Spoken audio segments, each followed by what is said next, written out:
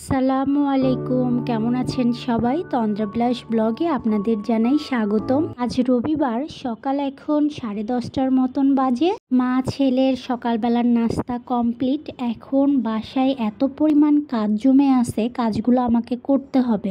তো কাজ করার আগে একটু বাহিরটা দেখে নিলাম, কারণ অনেক দিন পর বাসায় আসছি। এত কাজ দেখে আমার না মাথা ঘুরাচ্ছে। আমি আসলে কোন সাইড থেকে কাজ শুরু করব আর কোথায় গিয়ে শেষ হবে আমি বুঝতেই পারতেছি না। রাতে যদিও এসে অনেক কিছুই গোছাইছি, রুমগুলা পরিষ্কার করছি, কিন্তু সকালে উঠেই আমার ছেলে আবার এলোমেলো করে ফেলছে সব দিকে। দুপুর আর রাতের রান্নাটা আছে, সেটাও করা হয়নি। আপুর বাসা থেকে রান্না করে নিয়ে আসলাম, সেটা তো গত রাতেই শেষ হয়ে গেল। তারপরেও একটু ছিল, সকালবেলা ওইটা দিয়ে চালায় নিছি কোনো রকম। তবে বাবু না ঘুমালে তো আসলে কোনো কাজের গায়ে আমি হাত দিতে পারবো না, ওকে আগে ঘুম পাড়াইতে হবে।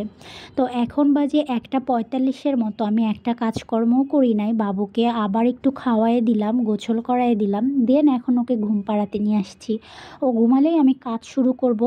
সবচেয়ে বড় কথা, আগে আমাকে রান্নাটা বসায় দিতে হবে, কারণ ক্ষুধা লাগলে তো মাথা ঠিক থাকে না, কাজকর্মতেও মন বসে না। তো বাবু ঘুমাই গেছে, চলে আসছি ফার্স্টেই রান্না করতে।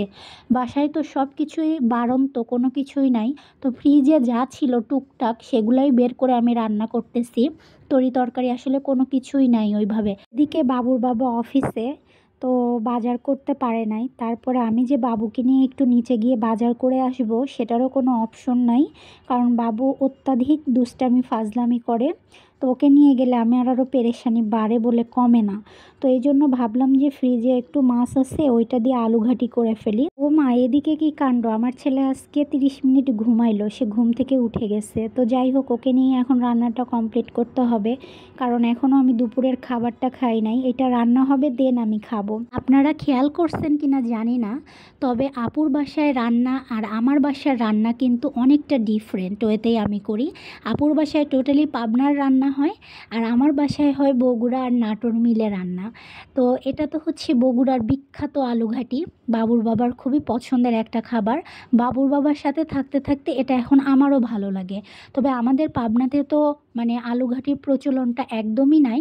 হ্যাঁ, আলু আমরা খাই না যে তা না, আলু আমরা খাই, তবে সেইটা বিভিন্ন মাছে বড় বড় করে কেটে দিয়ে বা মিডিয়াম ওয়েতে কেটে দিয়ে, কিন্তু এখানে সিদ্ধ করে যে হচ্ছে মাছ দিয়ে রান্না করে, এই জিনিসটা আমরা করি না।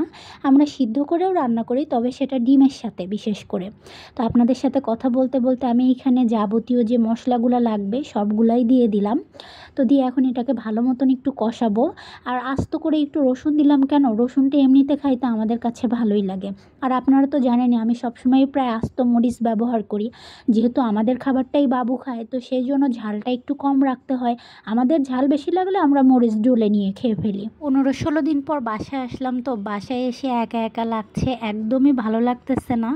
তারপরে একা একা রান্না করতে হচ্ছে, বাবুকে দেখতে হচ্ছে, ঘর গোছানো আছে, ঘর মোছা আছে। তো সব কিছু না আমার মাথার উপর দিয়ে যাচ্ছে, আমার নিজেকে, এই কাজগুলো তো আমাকেই করতে হবে, তাই আমি নিজেকে প্রচুর মোটিভেট করতেছি যে না, আমাকে পারতেই হবে। তো বাবুকে আবার এইখানে একটু রুটি দিয়ে দিলাম, কারণ ও কি যেন খুঁটে খুঁটে খাচ্ছে, তো ওগুলো তো খাওয়া ভালো না। হাতে একটা রুটি দিয়ে রাখলাম, ও সুন্দর করে খেয়ে নিবে। আর ওকে তো সেই খাওয়াইছি কয়টার দিকে, 1টার দিকে না। তো এই জন্য ভাবলাম যে এটা হয়ে গেলে আগে ওকে খাওয়াই দেবো। আমিও প্রচুর তাড়াতাড়ি করতেছি যে কখন হবে, এদিকে আমারও ক্ষুধা লেগে গেছে, বেজে গেছে 3টার মতো। এখন যদি অপশন থাকতো যে আপুর বাসায় আমি সব সময় থাকতে পারতাম, তাহলে আমার জন্য অনেক ভালো হইতো। আম্মু যেহেতু আপুর বাসায় থাকে, আর আপুর বাসায় থাকে, আপনারা তো সেই কারণটা জানেনই যে আমার বোন মারা গেছে।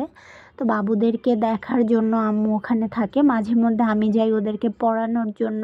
এই যে আমি ওদের বাসা থেকে আসছি, ওরা কিন্তু আর পড়ালেখা করতে বসবে না, প্রচণ্ড দুষ্টামি করবে, কারো কথা শুনবে না। আম্মু বা দুলাভাইও কিছু বলতে পারবে না বা বলবে না, এই জন্য তারা তো একদম পেয়ে বসবে। তো আম্মু আবার এর মধ্যে আমাকে ফোন করে বলতেছে সাফিদ দুপুরবেলা খাচ্ছে না। তো আবার তাকে সোনা ময়না বাবা বলে বললাম, বাবা খেয়ে নাও, নাইলে আমি কিন্তু চলে আসবো, আসলে কিন্তু পড়াইতে বসাবো, তো তুমি একটু খাওয়া দাওয়া করে নাও। তো বললো আচ্ছা ঠিক আছে, আমি খাওয়া দাওয়া করে নিচ্ছি। এরকম ফোন করে করে তাদেরকে ইনস্ট্রাকশন দিতে হয়, না হলে তারা কোনো কাজকর্ম করতেই চায় না। এভাবে আর যে কত মানে এই দিনগুলো না আমাদের লাইফ থেকে ফুরাচ্ছে না, বরঞ্চ মনে হচ্ছে কি আরও যত দিন যাচ্ছে তত দিন বাড়তেছে। খারাপ সময় এই দুটি শব্দ আমাদের জীবনে এমন এক অধ্যায়ের কথা বলে যা কেউ কখনো কোনো দিন চায় না, কিন্তু সবাইকে এর মধ্যে দিয়ে যেতে হয়। তো আমি রান্না করতেছি আর টুকটাক করে রুমগুলোও একটু গুছিয়ে নিলাম। আমার ছেলে এখানে বায়না ধরছে পাউডারের কৌটা খুলে দেওয়ার জন্য, আর এদিকে আমার তরকারিটাও কষানো হয়ে গেছে। তো আমি পানিটা দিয়ে দিলাম, এখন একটু নিচে ধরে যাচ্ছে, কেন ধরতেছে বুঝলাম না। আলু যেহেতু মানে একদম ম্যাশ করে দিছি এই জন্য হয়তো বা, তো বেশি তো আর ফুটাতে হবে না, অনেকটা সময় কষাইছি, তো এই জন্য একদম অল্প পরিমাণে পানি দিলাম যাতে একটু ফুটলেই নামায় ফেলতে পারি। তো আমার তরকারি এদিকে হয়ে গেছে। তো আমি ফার্স্টে বাবুকে খাওয়াই নিছি, আমিও খেয়ে নিছি। তো তরকারিটা ঢেলে আবার সুন্দর করে রেখে দিলাম, আর আমার ছেলে এখানে বসে মোবাইল দেখতেছে, খেলাধুলা করতেছে। আরেকটা তরকারি করে রাখবো যাতে আমাকে আবার তরকারি রান্না নিয়ে প্যারা না নিতে হয়, এমনিতেই হিমশিম খাচ্ছি। তো আমি চলে আসলাম চিংড়ি মাছ রান্না করতে। তো চিংড়ি মাছটা আজকে একদম রান্না করব কচুরমুখী দিয়ে আর কি। ওই যে খারাপ সময়ের কথাটা বললাম না, শুধু এটা ভেবেই দিনগুলো আসলে আমরা পার করতেছি যে এই একটা সময় কিন্তু চলে যাবে জীবন থেকে। বাবুরাও বড় হয়ে যাবে, ওরাও ওদের নিজের দায়িত্ব নিজে নিতে পারবে, তখন আমাদের ওদেরকে নিয়ে একটু চিন্তাটা কম হবে। তবে যেহেতু বাচ্চা কাচ্চা তো মা খালাদের বা নানিদের কিন্তু সবসময় একটা চিন্তা কাজ করে যে আসলে বাচ্চা কাচ্চা বড় হয়ে গেলেও মায়েদের খালাদের চিন্তার কোনো শেষ নাই, নানিদের চিন্তার কোনো শেষ নেই। আর ওদের প্রতি আমরা বেশি কনসার্ন, কারণ ওদের মা নাই, আর আমার বোন যেহেতু নাই, আম্মুর মেয়ে যেহেতু নাই, তো সেই ক্ষেত্রে ওদের প্রতি ভালোবাসা, টান, সহানুভূতি, মায়া যেটাই বলেন না কেন, সব কিছুই একটু বেশি বেশি, ওদেরকে নিয়ে চিন্তাটাও একটু বেশি। ওদের কি হবে না হবে, ওদেরকে হাও আমাদের মানুষ করে দিতে হবে, আল্লাহ যদি চায়, আল্লাহ না চাইলে তো কোনো কিছু হওয়া সম্ভব না। তো আল্লাহর উপর ভরসা রেখেই আমরা চলতেছি, দেখা যাক আল্লাহ শেষমেশ আমাদেরকে কোথায় নিয়ে গিয়ে দাঁড় করায়। আপনারা না আমাদের জন্য দোয়া করবেন, আমাদের এই দিন যেন সহজ হয়ে যায়, আমরা যেন স্মুথলি পার করতে পারি। আমি যেন ওদের পাশে সারা জীবন, আল্লাহ যতদিন আমাকে বাঁচায়, আমি যেন ওদের পাশে ছায়া হয়ে থাকতে পারি। এই দোয়াটাই আমি সবসময় করি, আল্লাহ যেন আমাকে হতাশ না করে, নিরাশ না করে। তো যাই হোক, এখন আমার আপনাদের সাথে কথা বলতে বলতে পেঁয়াজটা ভাজা হয়ে গেছে। তো আমি এখন এই যে মশলাগুলা দিয়ে দিচ্ছি। তো চিংড়ি মাছ যেহেতু আমাদের ওইদিকে না, চিংড়ি মাছ বিশেষ করে পাবনাতে একটু ওই যে গরম মশলাটা দেয়, তো আমি আবার একটু গরম মশলাটা দিলাম। তো আপনারা কে কে গরম মশলা দেন বা দেন না আমাকে একটু কমেন্ট করে জানাবেন, কারণ আমি যখনই বাসায় রান্না করা দেখছি যে আম্মু একটু তেজপাতা, গরম মশলা এগুলা দিছে, তো আমি আস্তটা ব্যবহার করলাম না, আমার কাছে গুঁড়াটা ছিল, আমি গুঁড়াটা দিয়ে দিলাম। তো এখন এটা খুব সুন্দর করে আমি কষায় নিচ্ছি, কষায় এখন ওই যে কেটে ধুয়ে রাখা কচুরমুখীগুলো দিয়ে এখন এটা অনেকটা সময় কষাবো, কারণ এখন এই কচুগুলা সিদ্ধ হবে কি হবে না এটা নিয়েও আমি কনফিউজড, কারণ এখন কি কচুর সিজন আমি এটা আসলে সঠিক জানি না। আপনারা জানলে আমাকে একটু কমেন্ট করে জানাবেন। তবে অনেকটা সময় ধরে কষাবো, দেখা যাক ফলাফল কি হয়, সিদ্ধ হয় কি হয় না। তবে ড্যাম শিওর এর মধ্যে তো ঘ্যাচারে কয়েকটা হবেই, সিদ্ধ হইতে চাইবে না। মানে এগুলো এমন এক জাত যে হাজার সিদ্ধ করলেও সিদ্ধ হবে না। তো দেখলাম যে না, কিছু কিছু আবার সিদ্ধ হয়েছে, তাই এখন আমি ওই যে ভেজে রাখা চিংড়িগুলা দিয়ে আবার ভালো মতন কষাবো।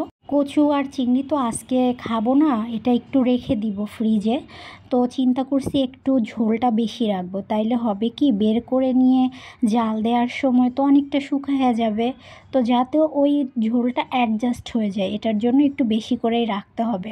তো এখন মোটামুটি আমার খুব সুন্দর করে কষানো হয়ে গেছে। এর মধ্যে তো আমার বাবু প্রচণ্ড রকমের অত্যাচার, জ্বালাজালিও শুরু করে দিছে, তাকে আবার একটু নাস্তা বানিয়ে দিলাম। এখন বাজে 4:30টার মতো বা 5টার মতোই মনে হয় বাজে। একটা রান্না করতে গেলে কি কম সময় লাগে, আর যদি সেটা সুন্দর করে রান্না করতে চাই তাহলে তো আরও সময় চলে যায়।